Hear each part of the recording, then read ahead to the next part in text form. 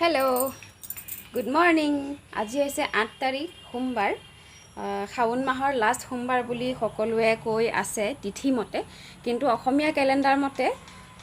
15 আগষ্টতহে last সোমবাৰ হ'ব সাগে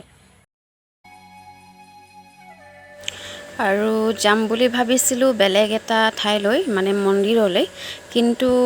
ভাইটিৰ অকনমান গাটো বেয়া গতিকে মনটো ভাল লগা নাই আৰু সেই কাৰণে ঘৰৰ কাষৰ যেটো আমাৰ গাঁৱৰ মন্দিৰ আছে শিৱ মন্দিৰ লগতে গণেশ মন্দিৰ তাতে আজি সোমবাৰৰ দিনটো পালিছো আৰু আপোনালোকে দেখিবলৈ পাইছে এয়া আমাৰ গাঁৱৰ যি সকল ল'ৰা ছোৱালীয়ে বলবমলে গৈছিল যোৱা কালি ৰাতি দেওবাৰে ৰাতি যায় তেওঁলোকে জিয়া ভৰলিৰ পৰা পানী আনি ৰাতভৰ খুস্কাৰি আহে আৰু ৰাতিপুৱা শিৱলিংগত পানী ঢালেহি লগতে তেওঁলোকৰ বাবে এয়া পানীৰ ব্যৱস্থাও কৰা হৈছে যেহেতু ভাগৰে যুগৰে আহে ইমান ৰাতি খুস্কাৰি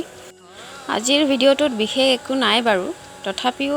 কিছুমান আমি শাওন মাহৰ বিষয়ে বহুত কথা নাজানো মই যিখিনি জানো আপোনালোকক ক'বলৈ চেষ্টা কৰিম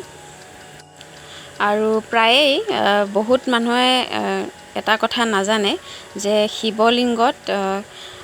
তুলসী পাত দিব নাপায় এটো কথা ময়ো গম পোৱা নাছিলো বাৰু বেছি দিন হোৱা নাই মই গম পোৱা তুলসী পাত দিব নাপায় লগতে নাৰিকল দিব নাপায় তেখেতক মানে শিৱ বাবাক আৰু লগতে কুমকুম জাতীয় বস্তু তেখেতে ভাল নাপায় তেখেতে কুমকুম জাতীয় বস্তু ভাল নাপায় বুলি কোৱা হয় কাৰণ তেখেতে ভস্ম ভাল পায় আৰু মই বাৰু ইমান পণ্ডিত নহয় এইবোৰ বিষয়ত যদি আপোনালোকে কিবা গম পায় বা জানে বা মই যদি কিবা ভুলকে কৈছো তেন্তে শুধৰাই দিবলৈ চেষ্টা কৰিব শাওন মাহত যেহেতু শিৱ ভক্তসকলে গাখীৰেদি তেখেতক দুগ্ধ অভিষেক কৰে তাৰ বৈজ্ঞানিক দৃষ্টিভংগীটো হৈছে যে শাওন মাহত মানুহৰ পাচন ক্ৰিয়া মানে হজম কৰা যেটো শক্তি হয় হেতু কমি যায় তো সেই কাৰণে গাখীৰেদি বনোৱা বস্তু বা গাখীৰ খাব নালাগে বুলি কয় কিন্তু আমি আৰু কত মানিম ন গাখীৰৰ চাহ একাপ নাখালে আৰু মনটোৱে ভাল নালাগে নিজৰ ঘৰখনৰ ভাবে কিবা এটা যদি ভালৰ কাৰণে কৰা যায় তেন্তে কোনেনো নিবিচাৰে নহয় জানো আৰু সেই গতিকে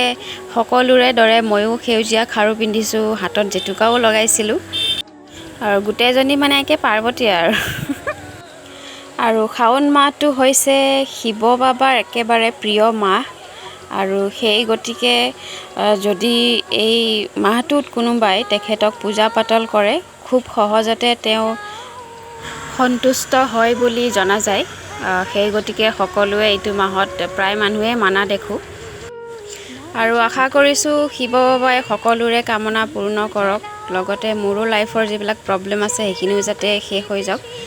আৰু ইয়াৰ পাছতে ভাইটিক লৈ গলো অকনমান হস্পিটাললৈকে যেহেতু হি ক'ব নোৱাৰে ভালকে বা শুনি নাপায় তেনেকুৱা মানুহৰ কিবা এটা হলে মনটো এনেও ভাল নালাগে আৰু এটা কথা আপোনালোকৰ পৰা মোৰ জানিবলগীয়া আছে আপোনালোকে বাৰু মোৰ ভিডিঅ'বোৰ চাই ভাল পায়নে যদি পায় মোক কমেন্ট কৰি জনাব আৰু যদি নাপায় কিয় নাপায় হেতু মোক জনাব যাতে মই আগলৈ ইমপ্ৰুভ কৰিব পাৰো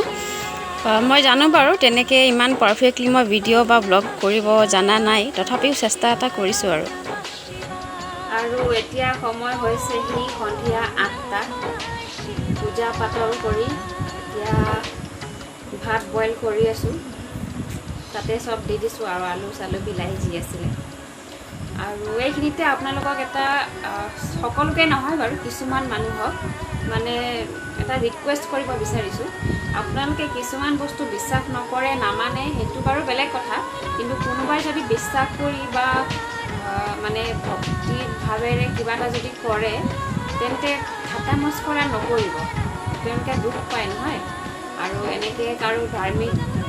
কাৰোবাক এনেকে আঘাত দিয়াটো ভাল নহয় মানে মই ফেচবুকত পাইছিলো কিছুমানে কমেন্ট কৰিছিলে xeujia kharu পিন্ধা বা jetuka লগোৱাৰ ওপৰত হা টাইপৰ ৰিয়েক্ট দিছিলে তোমালোকে ইয়াৰ বিষয়ে বুজি নোপোৱা বা বিশ্বাস নকৰা হেতু বেলেগ কথা আৰু বিশ্বাস কৰিবা এদিন যেতিয়া তোমালোকে সংসাৰৰ জালত সোমাবা যে তেতিয়া ভগৱানৰ কথা মনত পৰিব বিশ্বাসও লাগিব কাৰণ ঠেকাৰ নামে বাবাজি নহয় জানো বাৰু যে নহওক কথাখিনি ক'লো বেয়া নাপাব এইখিনিতে ভিডিঅ'টো সামৰিছো যদি কিবা ভুল কৈছো বা ভুল হৈছে তেন্তে ক্ষমা কৰিব তেতিয়ালৈকে বাই বাই।